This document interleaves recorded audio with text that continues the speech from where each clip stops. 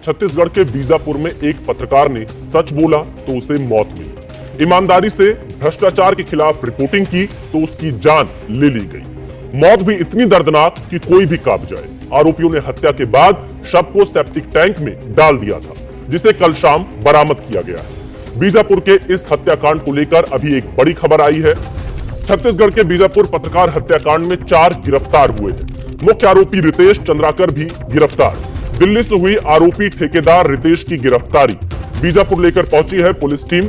बीजापुर के युवा पत्रकार मुकेश चंद्राकर 1 जनवरी की रात 8 बजे से लापता थे।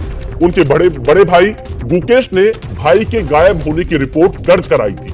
कल शाम जब स्थानीय पत्रकारों के दबाव के बाद पुलिस ने संदिग्ध ठेकेदार सुरेश चंद्राकर के एक ठिकाने पर छापेमारी की तो यहां से मुकेश का शव बरामद किया गया।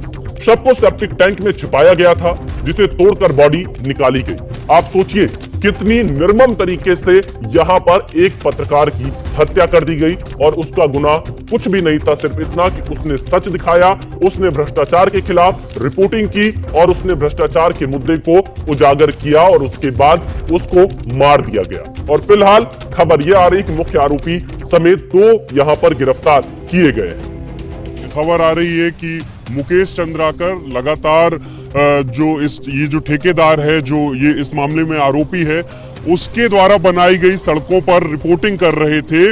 और इसी बीच ये होता है कि 31 दिसंबर को अचानक से जो मुकेश है वो अपने घर से निकलते हैं और उनका फोन बंद हो जाता है और 2 दिन तक वो वापस नहीं आते हैं।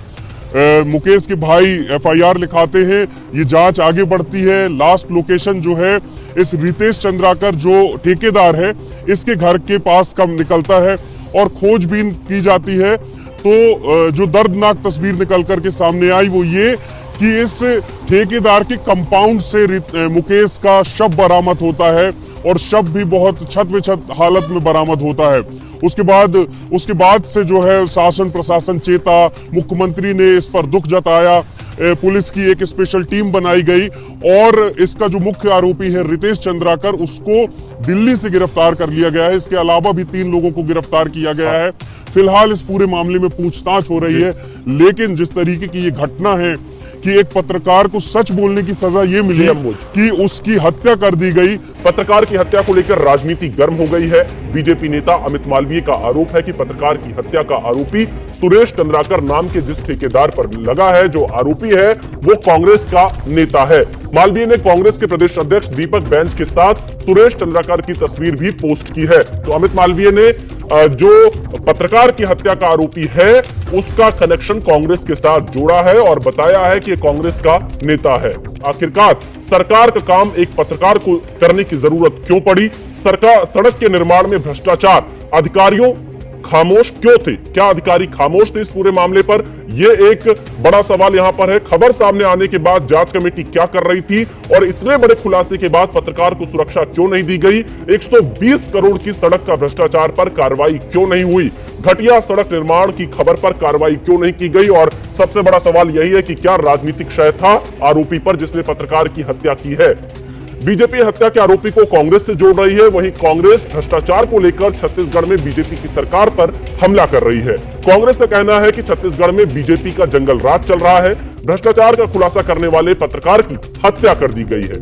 बीजेपी के राज में कोई सुरक्षित नहीं है, कानून व्यवस्था ध्वस्त है, यह आरोप कांग्रेस पार्टी लगा रही है। तो ये कांग्रेस ने ट्वीट करके यहाँ पर आरोप लगाए हैं बीजेपी सरकार पर कि पत्रकार की हत्या पर कांग्रेस ने बीजेपी को घेरा है और कहा कि भ्रष्टाचार उजागर करने पर हत्या हुई है। तो कांग्रेस पार्टी ने ट्वीट कर यहां छत्तीसगढ़ सरकार पर और बीजेपी पर हमला बोला है। अब पत्रकारों ने हत्या के विरोध में नेशनल हाईवे पर चक्का जाम कर दिया है। हमारे साथी की हत्या में पूरा प्रशासन दोषी है, यहाँ का SP दोषी है और उसने जो खबर चलाया था मैं उसी में आना चाहूंगा। तो अभी हमको सूचना मिली है कि यहाँ के SP इसके यहाँ पे ऑलरेडी बीजापुर और बस्तर को लोग क्या समझते हैं पता नहीं। यहाँ पे कलेक्टर वगैरह भी आते हैं तो ठेकेदारी करने आते हैं। ये SP जो है ठेकेदारी कर रहा था, ये सूचना मिली है। और तमाम KMP में जो बनते थे, ये SP जो है अघोषित ठेकेदार था और सुरेश चंद्राकर के लाइसेंस में काम करता था। ये सारी चीजों को जांच होना चाहिए, SP के खातों की जांच होना चाहिए। और सुरेश जो हत्यारा है उसके खातों की जांच होनी चाहिए, तो सारा चीज साफ हो जाएगा। हमारा ये कहना है। हमें कल शाम को 4:30 से 5 बजे के बीच में शव बरामद हुआ। उसके बाद से घेराबंदी की गई है। जो तीन प्राइम एक्यूज हमारे हिरासत में, उनसे पूछताछ की जा रही है। 4 लोगों के खिलाफ में एफआईआर हुआ है प्राइमा फेसी। अभी पूछताछ से जितने भी और जो आरोपी होंगे, जो अन्य आरोपी होंगे, उनकी भी गिरफ्तारी जल्द हो जाएगी। वहीं बड़ी संख्या में स्थानीय और परिजन मुकेश चंद्राकर की अंतिम यात्रा में शामिल हुए। इस घटना को लेकर पत्रकार बिरादरी में काफी रोष और दुख है। शव यात्रा के दौरान पत्रकार अपनी भावनाएं नहीं रोक पाए।